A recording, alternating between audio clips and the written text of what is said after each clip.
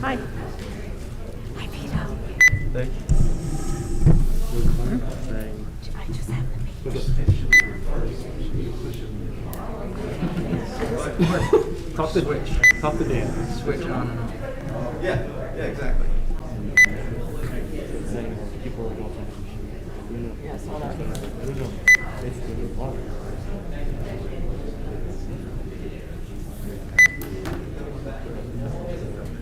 You guys ready? Get older. My eyes need more light to see. I don't know about you. Same thing. All right, I think we're going to get started. In a restaurant, you're trying to read the menu, you're like, what the hell's going on?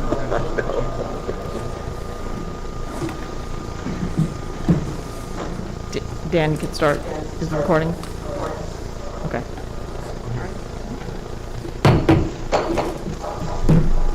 Good evening, everybody. This is a meeting of the Tinton Falls Borough Council being held September 9th, 2021. This meeting is hereby called to order. Would the clerk please read the open public meeting statement? Pursuant to Section 5 of the Open Public Meetings Act, adequate notice of this meeting has been provided by posting on the bulletin board at Borough Hall and by notification to the Asbury Park Press, the Newark Star Ledger, and the New Coaster at least 48 hours prior to the meeting. Thank you. May I ask the clerk to call the roll, please? Mrs. Clay? Here. Mr. Manginelli? Mr. Nessie? Here. Mr. Siebert? Here. Ms. Buckley? Here. At this time, I'd like to invite everyone to join me in a salute to the flag.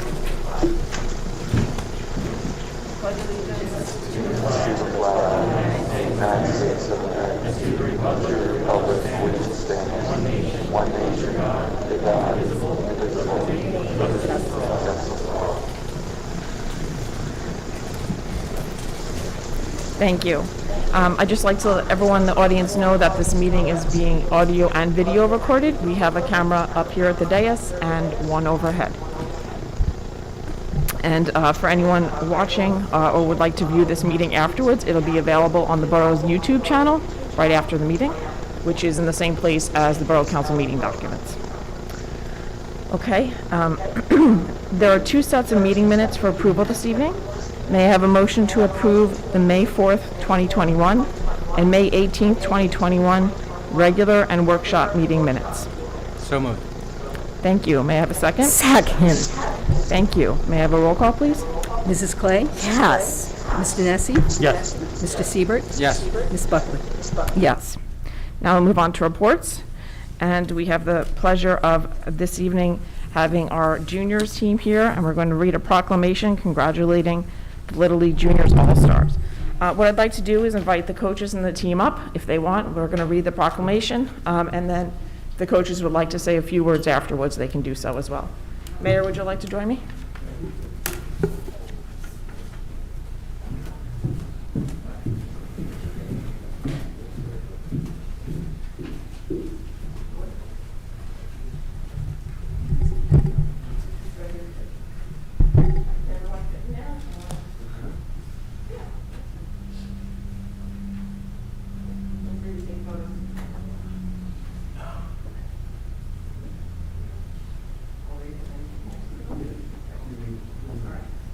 Proclamation congratulating the Tinton Falls Little League Junior Division All-Stars for winning the 2021 District 19 Section 3 and State Championship titles. The Tinton Falls Little League President John Ressner, Manager Scott Simpson, coaches Greg Benson and James Kelly, and players Justin Duff, Colin Benton, Duff Dempsey, Thomas Fitzgibbons, William Forster, Connor Cooper, Evan Kelly, Luke Myers, Sean Nash, Alex Robines, Tanner Simpson, and David Teal. Whereas the Tinton Falls Little League Junior Division All-Stars won the 2021 District 19 Championship on July 13, 2021, Section 3 Championship on July 20, 2021, and the State Championship on July 31st, 2020. Whereas the Tinton Falls Little League Junior Division All-Stars became the first team from Tinton Falls to win a state championship title. And whereas the Mayor and Council of the Borough of Tinton Falls is desirous of recording their sentiments and congratulations on the athletic achievements, dedication, and commitment of the players, coaches, and organization. Now therefore be it resolved by the Mayor and Council of the Borough of Tinton Falls, congratulations are hereby extended to the players, coaches, and organization of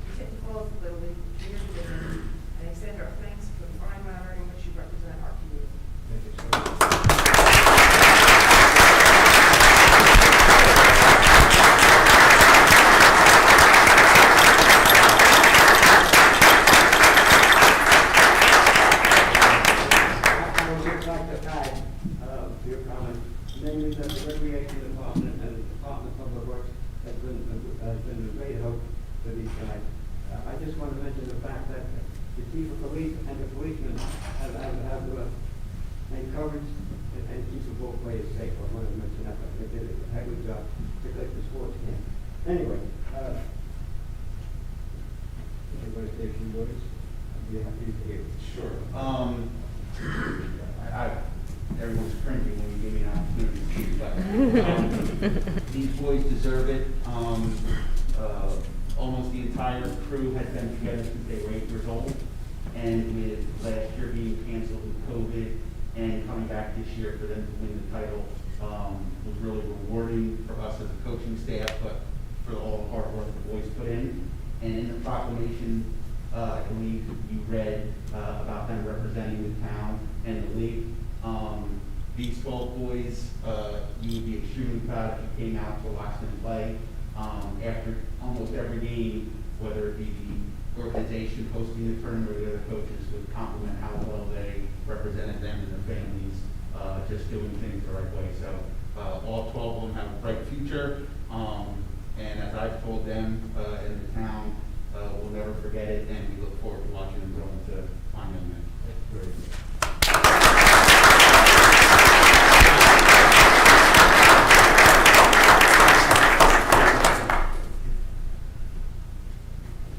And thank you for acknowledging them.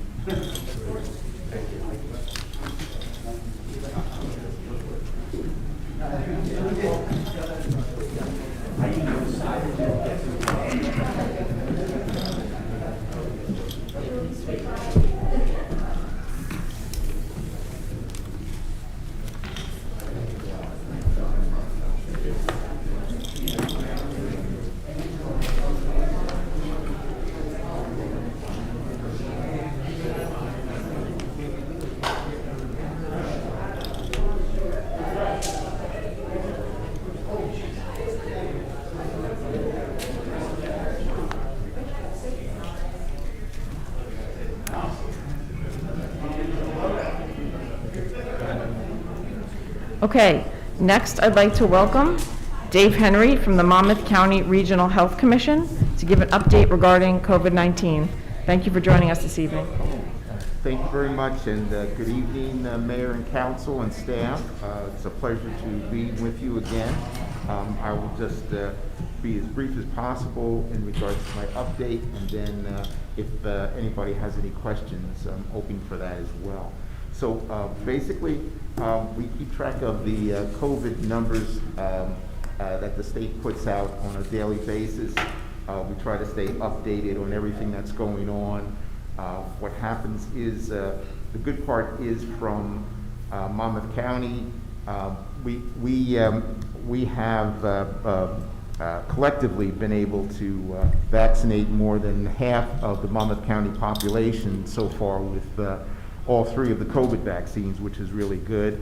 I think what's happening is we're going to, with 2 grants that we currently have, we have a vulnerable populations outreach coordinator grant and also a COVID vaccination grant that we're using to get into all of our communities in order to vaccinate as many people as possible. We work very closely with the school system, with businesses, and with the public to and our public health partners to try and make sure that we can vaccinate as many people as possible. I've included in the handout, and I think that you have on the website as well. Next week at the Tinton Falls Middle School, we're having a vaccination clinic to try and catch up any of the teachers and staff and general public who hasn't had the opportunity yet to become vaccinated. So we're doing that, and basically, our concerns continue to be trying to reach out to the vulnerable populations, to do the vaccinations, to encourage masking, to encourage social distancing, and basically we're here to help, and basically we will continue to work with all of our public health partners in regards to beating back this deadly pandemic. So with that, again, we keep track of the numbers on a daily basis. As many of you know, Monmouth County is in one of the the higher COVID count zones. So, you know, we're trying to do a number of different mitigation steps to make sure that we can reduce this disease as quickly as we possibly can. Thank you. I have one question. Do any council members have? I actually also, Go ahead. my question is, and I'm certain that you are working with local churches, and also that you have translators who have been reaching out that speak Spanish. Oh, yes, Deputy Council President, yes, we have been doing that. One of our hires, what the Vulnerable Population Grant was a young lady who can actually speak both Spanish and English very well. She's been Awesome. doing a number of different outreaches. We've done maybe about 5 or 6 area churches, and we continue to reach out and do churches in the area. And on top of that, we have a translator phone service that we use as well for other languages besides Spanish. So we've been Excellent. doing that, and you know, to try and make our services as full as we possibly can. Many people forget about the opportunity to get childhood vaccinations. So we've been continuing to offer childhood vaccinations through the whole COVID season to make sure that our children don't have underlying medical conditions for those preventable diseases that they can be vaccinated against. So we continue to work very diligently, sometimes 7 days a week, because obviously our church events are basically going on Sundays. So we've been out on Sundays as well, doing those programs. Thank you. I just had a question, more of your opinion or guidance. When we think about, we went back to having in-person meetings. Obviously, we're doing social distancing and masking. As we look towards, you know, as you monitor the trends over the winter timeframe, is there a point at which, like in March, we all just use our best judgment? I think we need to cancel one meeting and then move to virtual. We have it now so that we're able to flex, either virtual or in person, depending on how the cases go. Is there any guidance from the Monmouth County Regional Health Commission at, like, here's a level where we're recommending you all go back to virtual versus doing safety protocols that we have here in person? Oh, thank you. That's a very good question. I think we're watching the numbers very closely. I would say if we go back into very high COVID activity and very high COVID positivity rates, that would be a consideration. But I think at the high level that we currently have, it's appropriate to continue to do these council meetings in this fashion with social distancing and masking in place. You know, but what happens is, like we usually do, we would notify the administrator and the township if we feel that additional mitigation steps would need to be taken. But at this point, we don't see the need to do this, and you know, offering both hybrid and in-person and virtual is basically the way to go at this point. Okay, appreciate that. I appreciate your guidance and continued partnership. Does any other council member? Do you maintain lists of active infections by town versus total numbers over the course of the last year and a half? Well, 2 years almost? Yes, Councilman. What happens is we get public health intelligence on every week, actually. You know, these are some items that we just have for planning purposes. So we are aware on a weekly basis what some of the numbers are throughout our different towns. And obviously, we look at the Asbury Park Press as well to see if those numbers appear to be accurate. And indeed they do, because they're coming from the same overall database that we look at as well. So, because the press releases that are done by the county have total numbers, but they don't, so you have to look back, you know, week to week, month to month, and to see actually what, where you're at as far as active infections. And at what point do those people come off the list of active? Is it 2 weeks? Oh, definitely. Basically, what happens is usually we utilize the New Jersey contact tracers throughout the county, and so basically, people are usually on the list for about a month before they are removed, and then we can always go back into the database and find out, when they were infectious, when they got better, and things like that. We would just look at it as the closed out cases.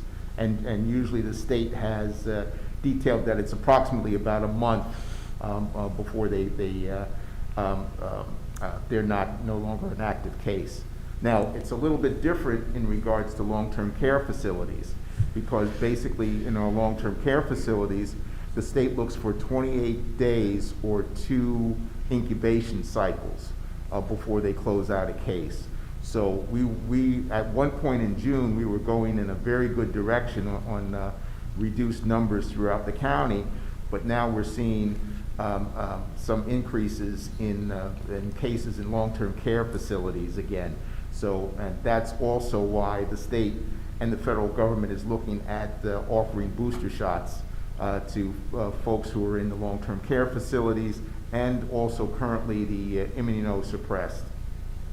And one more question, do you maintain lists also of whether cases were from vaccinated people or unvaccinated people? Yes, I think basically at this point, the majority of the cases are from unvaccinated. As a point, I think out of the 5.6 million people who are fully vaccinated, I don't have the exact number at the moment, but the majority of the new cases are from the unvaccinated, and there might be 0.35% of all that are vaccinated are from the breakthrough cases, folks who have been previously vaccinated, but they've come up positive. So that, no vaccine is absolutely perfect, but the percentages at now, they're still considered minor breakthrough infections, but that's why we all have to continue to mask and keep social distancing regardless of our vaccination status. And a follow-up to that, does the county perform contact tracing on vaccinated individuals? There is some investigation that we do in that regard. Most of it is, our priority ends up being the unvaccinated at this point. So we usually recommend, exclusion for 10 days until the people are feeling better who have been previously vaccinated. But as far as contact tracing, like who they've been around, who they may have had been in close contact with? I believe that is the case, and I'll check my records again to see how extensive that we've been doing in regards to the contact tracing. Thank you. Thank you, Mr. Henry. Thank you. Appreciate it. Next, we have Mr. Fallon for your report this evening. Thank you, Council President, and good evening, everyone. I do not have a report tonight. Thank you. That was it. Mayor, do you have a report this evening? Pardon me? Your report?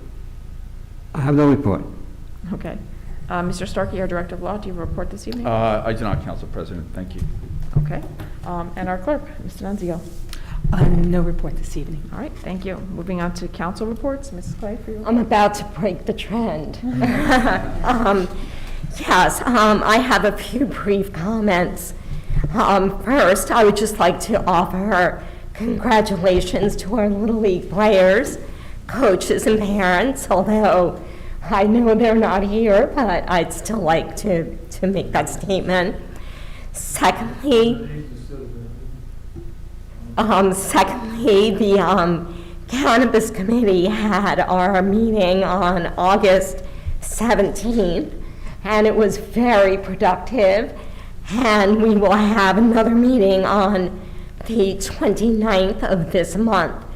But we're moving along at a good pace, and we've had excellent input from our professionals as well. I also attended virtually on August 23rd the Board of Ed meeting, and I'm happy to report that school is open, in case anyone didn't know. I'm sure we all know. And lastly, on the 24th of August, our Community Day Committee met, and as a group and in consultation with the Monmouth County Health Commission, the decision was made to postpone this year's Community Day. And that is the sum of my report. Thank you, Mrs. Clay. Mr. Nessie, for your report this evening. Thank you, Council President, and good evening, everybody. The Planning Board met last night to hear and approved of an applicant preliminary and final major subdivision for a nearly 25-acre underdeveloped property located between Wayside Road, Route 18, and Hamilton Road. It was divided into 6 lots, and the next meeting regarding this property's site plan will be on October 13th. It's 6 lots, but I believe there's only 3 for the site plans that we're going to, or excuse me, 4 site plans we're listening to, and it's going to be broken up to different meetings. Regarding the Planning Board, I'd like to take a moment to say thank you to its volunteer members. I know there's a lot of volunteers here in town, employees and staff, but just want to focus on Planning Board because every meeting the Planning Board meets, and the members have to make decisions on what's they think is best for our town, and sometimes its members make hard decisions, and sometimes we have to vote with our conscience and decide what's best for our town. And so I just want to say thank you to all the members for Planning Board who show up and volunteer, especially Susan Hamilton, who dedicated time to our town. She's no longer with the Planning Board because she's moving, but either way, I'd like to say thank you for her time on the board.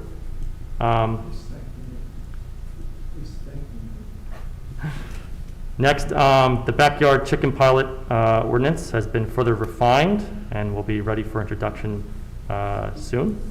And that concludes my report. Thank you, Mr. Nessie. Mr. Siebert, for your report.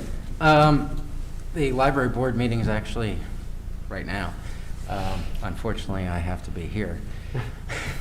I like to be here, along with my colleagues. The Music Fest was a very successful event. Thank you to all the volunteers, the board members, everyone that attended. It was a great event, a lot of fun. I'm not going to steal your thunder, Brian. I know you're going to speak more about that. And just a reminder, Saturday, September 11th, the 20th anniversary, there's a ceremony at Tinton Falls Fire Company number 1 next to Woody's, and at 10 a.m. There is no parking in the parking lot. Park on the side streets. Don't block anyone's driveway. Don't block any fire hydrants.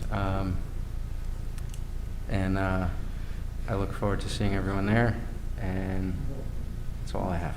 I think they can also park in the community garden off of Water Street, I was told. Thank you.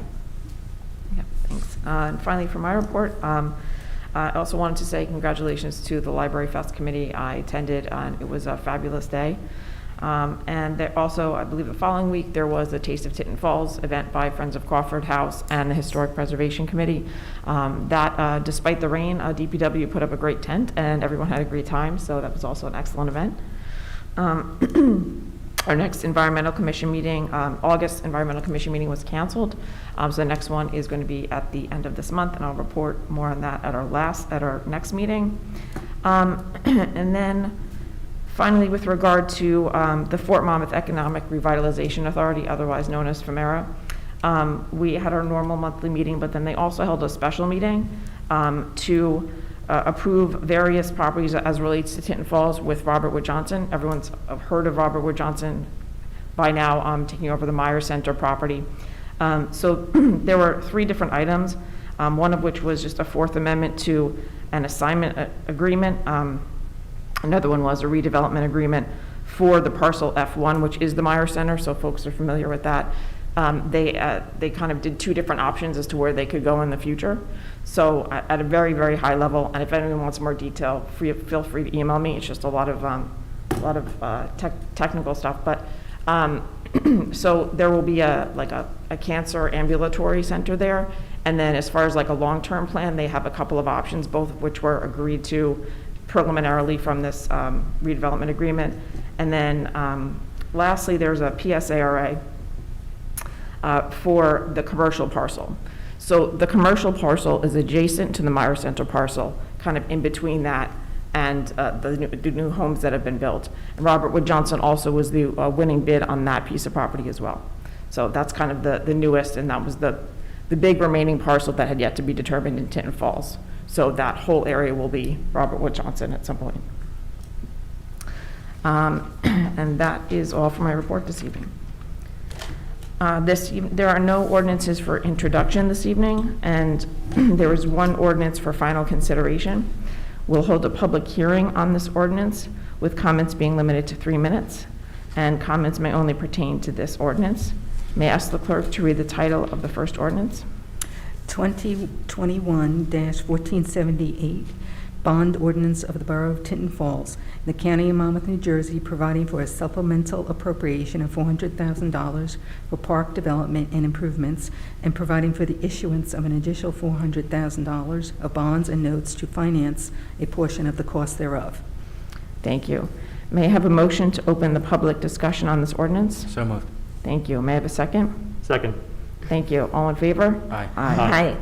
Is there anyone from the public that would like to comment? Please remember to state your name and address for the record, and it would pertain to just this ordinance. Okay. Hearing none, may I have a motion to close the public hearing? Motion. Thank you. May I have a second? Second. Thank you. All in favor? Aye. Aye. Are there any council members that would like to comment on this ordinance? Okay. Seeing none, may I have a motion for adoption? So moved. Thank you. May I have a second? Second. Thank you. May I have a roll call, please? Mrs. Clay? Yes. Mr. Nessie? Yes. Mr. Siebert? Yes. Ms. Buckley? Yes. That brings us to our public discussion. This is the this is the open public discussion. At this time, the public may comment on any topic of their choice. Please state your name and address for the record and limit your comment to 3 minutes.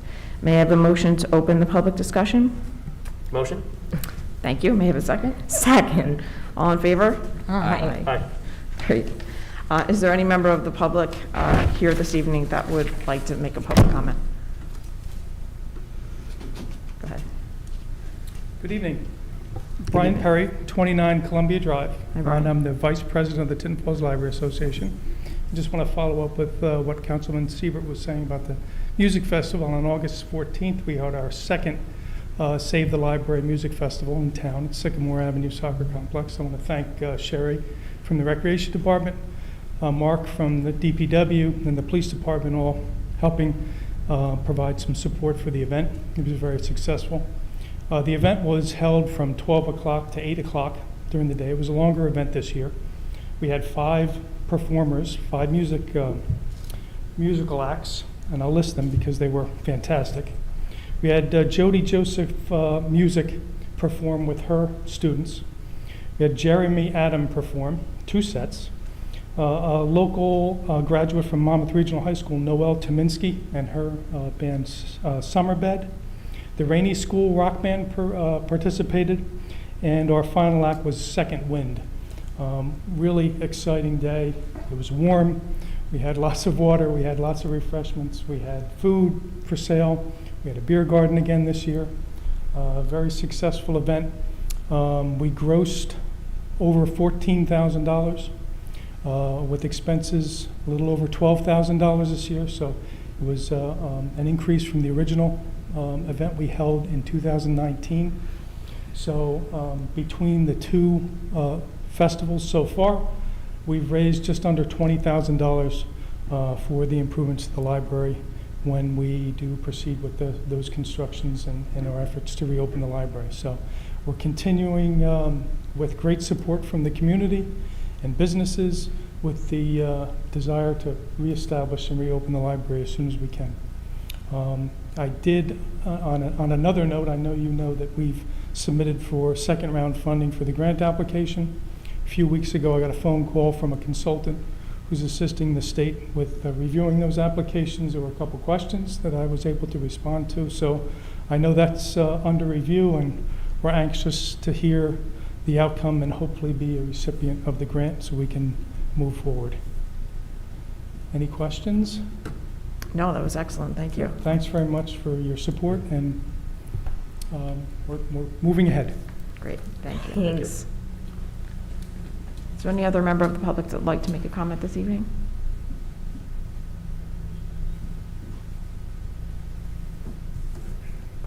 Good evening, Ellen Goldberg, 90 Glenwood Drive. Good evening. I'm just here to say thank you, and I want to show my appreciation to the council members who have been so supportive of the various things in town. I know that Ms. Buckley has come out. She not only came to support the music festival, but also participated as a volunteer, and I know has done that before. And I really want to, from the bottom of my heart, say thank you for all of your involvement and what you've done. Mrs. Clay, same, shows up, is there, really supportive, and that's so important for the residents to see. Really appreciate that.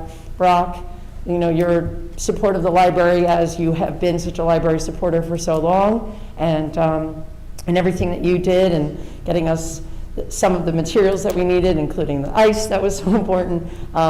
So thank you for being there and bringing your family out. And Mr. Nessie, it was nice to see you at the Crawford House, and you know, again, just the support and seeing the council being involved and active in our community is very important for the residents. And we know that this is voluntary on your part, and so that is so much more of the reason why I want to say thank you, because I don't think you get thanked enough. Thanks very much. Thank you all. Appreciate that.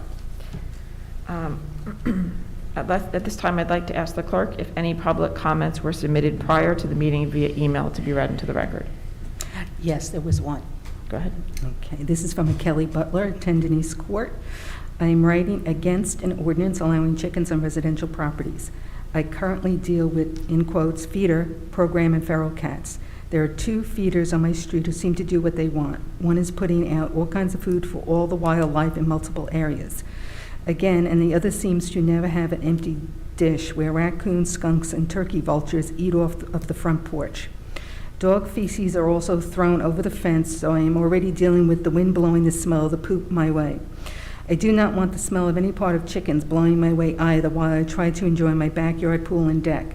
The feeders don't do what they are told, and the Monmouth County SPCA don't trap where they've been told that a feline freeway is at.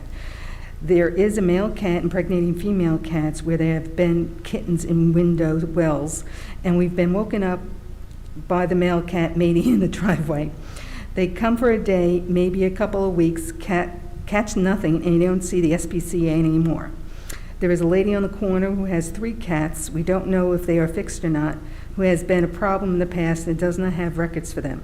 She thinks that putting a collar on them makes them look cared for, but they are outside climbing the roof, attacking squirrels, and one of the feeders is now feeding them. Plus the senior citizens putting food all over the place, feeding feral cats, plastic containers everywhere, and not reporting an overabundance. It's terrible, and the town has allowed the cat lovers to do what they want. Back to the chickens. If I'm already having a problem with neighbors and unwanted wildlife, why would I want chickens, flies, more poop, and the awful smell associated with all of that? What would be next, pigs and goats? Who is going to police the residents to make sure that they are abiding by the law? Are my taxes going to go up for fecal collection? How is this fair to me, a taxpayer that can't enjoy any part of my property because of the smell causing an extreme nuisance to me and my family, especially if I already have breathing and health problems? We had that problem with the dump, and it still smells. There isn't enough room in yards in my neighborhood for chickens and the courtesy to other neighbors who want to breathe fresh air. If I wanted to live on a farm, I would be living on a farm. That's it. Thank you. Appreciate that. I don't know if Mr. Nessie wants, we can address this when we introduce the ordinance, but one of the things we're working on is best practices as I've been formulating and discussing how to best approach chickens and having backyard chickens. One of the things we're being careful of is being sure that we think of every one of these possibilities, including impact on neighbors, so that when we do institute a pilot program, those things are all taken into consideration so that we can proactively mitigate any problems before they actually arise. That's our goal and what we're working towards here. Did you have anything you wanted to add on that? No, that was perfectly said. Okay, great, thanks. Thank you. Yeah, we have our TNR liaison here with regard to the cats. I don't know, Carrie, did you want to comment to that at all?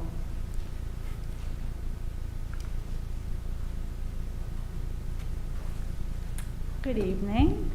Carrie Morgenthaler, 25 Thistledown Street. I just wanted to give an update on the TNR project and reply to some of the comments made in that public statement. To begin with, I just wanted to say that so far this year we have had 61 cats in the TNR program, and 45 of them, I believe I stated, were actually kept by the Monmouth County SPCA and put up for adoption. The others were spayed, neutered, vaccinated, microchipped, and returned to the community. The reality is feral cats exist. It's not just Tinton Falls. It's countywide, statewide, nationwide. TNR is the only solution, really, at this point, the only humane solution. There's nobody rounding up cats and taking them to feral cat land. So TNR is the answer. It's not due to people who randomly feed. They might be taking the blame for it, but it's due to years and years, decades really, of people allowing their cats to roam unaltered, breed, repopulate, and then we have feral and homeless cats. To address some of the points made in that public comment that was just made, the TNR program only covers the colony caretakers. I'm not responsible for random people who are out of our program. To correct the statement, there is one approved colony caretaker on that particular street, not two. I don't want to get into specifics or details on specific people, but the house that she's referring to with owned cats and collars that are roaming and that she claims are going after wildlife, that's also not part of the TNR program. If somebody has an issue with a person and how they're treating their pets or what they're allowing their personal pets to do, they can call the Monmouth County SPCA hotline. They can report it anonymously. I have been in touch with the complainant at this point personally. She has my cell phone number. I repeatedly tell anybody who comes to me with matters outside of the TNR project that there's options such as contacting the borough or contacting Monmouth County SPCA. They are our animal control and humane law enforcement for the county. Regarding the senior center, I don't know what happens particularly on their property. We do not have a colony caretaker at the senior center.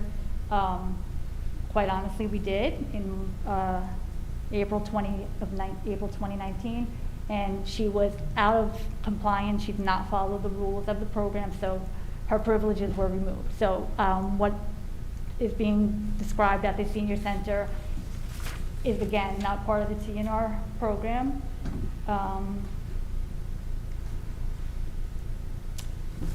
She commented on the kittens in a window well. That did occur.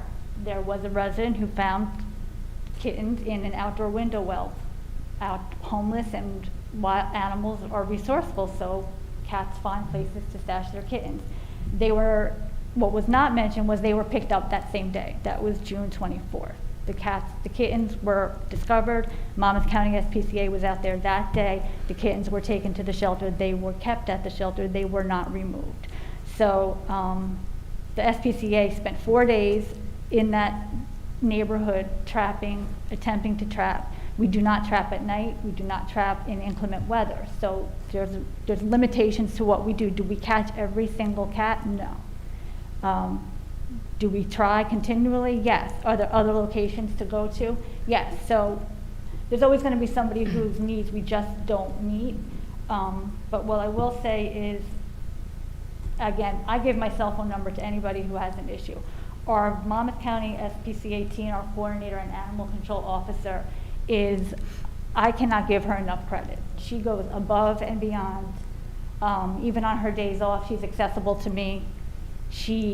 All hours of the night, we get, because things happen, cats are not on our work schedule, she responds. The Monmouth County SPCA is also on call 24/7, so you can, residents, if there's an issue, they can call the Tinton Falls Police non-emergency line, and animal control will come out 24/7, holidays, middle of the night. So there's never not an answer if there is a complaint happening with a particular person or somebody in your neighborhood. So some of those complaints don't really apply to TNR programs. What I would just like to say is the program began in April of 2019. To date, as of August 31st, 2021, we have TNR 254 cats. That's 254 cats that will not be reproducing and adding to our feral cat population in the borough. And I thank you all for supporting us and allowing us to do this. Thank you. Thank you so much, Carrie, Thank you, for Carrie. that comprehensive update. You do such a wonderful service to our community, all volunteer. I'm thrilled. 254 cats is quite a lot, considering how much each one cat can produce as far as kittens. I was also really happy to hear how many were able to be kept and be adopted out. So I think it's been a great success overall. I do appreciate you addressing the residents' concerns. And I know from all the things that I see you post that you are working 24/7 on this, so we all really appreciate that. Okay. May I have a motion to close the public discussion? So moved. Oh, there's one more. Retracted. Okay, sure. Go ahead, Mr. Colberg. Hi, good evening. Mitch Colberg, Tinton Falls, 21 Cedar Place, Tinton Falls, of course. Actually, I'm kind of going to mention the resolution you did today, but I didn't want to speak then because I'm not really opposing it, but I just want to do a quick question. The resolution was for $400,000. The ordinance? Yeah, sorry, the ordinance. And that was, if I remember correctly, additional parks money, for some unforeseen stuff. I remember somebody said something about a light pole being down and some other things. Is that about right? Do you want Mr. Fallon to give you Sure. that? Yeah, I can answer that, yeah. So when we did the budget, the 2021 budget, there are a few things happened between the adoption of that budget and now. One, we acquired a parcel 97 Shark River Road, which is adjacent to the Walls property, which is a 59-acre parcel that we had purchased in 2018, right? And so this extra 3 acres gives us access to that parcel. So we purchased that. That was about $403,000. And then also we had some issues at Hoxton Park with respect to the 60-90 baseball field. The lights need to be replaced. So those two things came up. So for our park improvements, we had anticipated utilizing open space trust funds, but after we had to purchase 97 Shark River Road, they were no longer available. So we supplemented the appropriation from last year's ordinance for our park improvements. Okay. All right, thanks. And again, I'm not really, it's more of a comparison. I'm not complaining about that actually at all. I've spoken on behalf of the library a whole bunch of times. Back when the library first developed its mold problem, I think we had an original estimate of like $183,000 to reopen the library. I'm just trying to compare, some stuff. There was some unexpected expenses here in various areas, and we very quickly signed off on $400,000, which, by the way, I support. I'm disappointed that, as much, by the way, I'm having an awesome time doing all these fundraisers with these people. They're wonderful, but everybody's busting their butt to raise, relatively small amounts of money. All I'd like to say is hold up that comparison. Something here broke. we could have just wrote a check to fix it, then we can write a check to fix it anytime we want. All right, so that's all I was saying. Thank you very much. Thank you.